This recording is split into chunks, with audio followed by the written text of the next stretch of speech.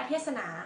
Today I'd like to talk about the consonant sound of English in place of articulation. And now I to describe about areolas. And for example, z and s sounds. Areolas. These sounds are from which the front part of the tongue on areolar ridge, which is the large bony ridge immediately behind the upper teeth. These are initial sounds in zip and zip. The symbols for these sounds are z and s sounds. And now I invite guests from Philippines to talk about animal pets. Let's go to see. Hi, my name is Nika Hana.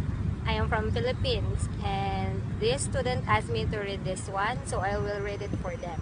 So from the word say, it is zip, and for the S word, it is sip.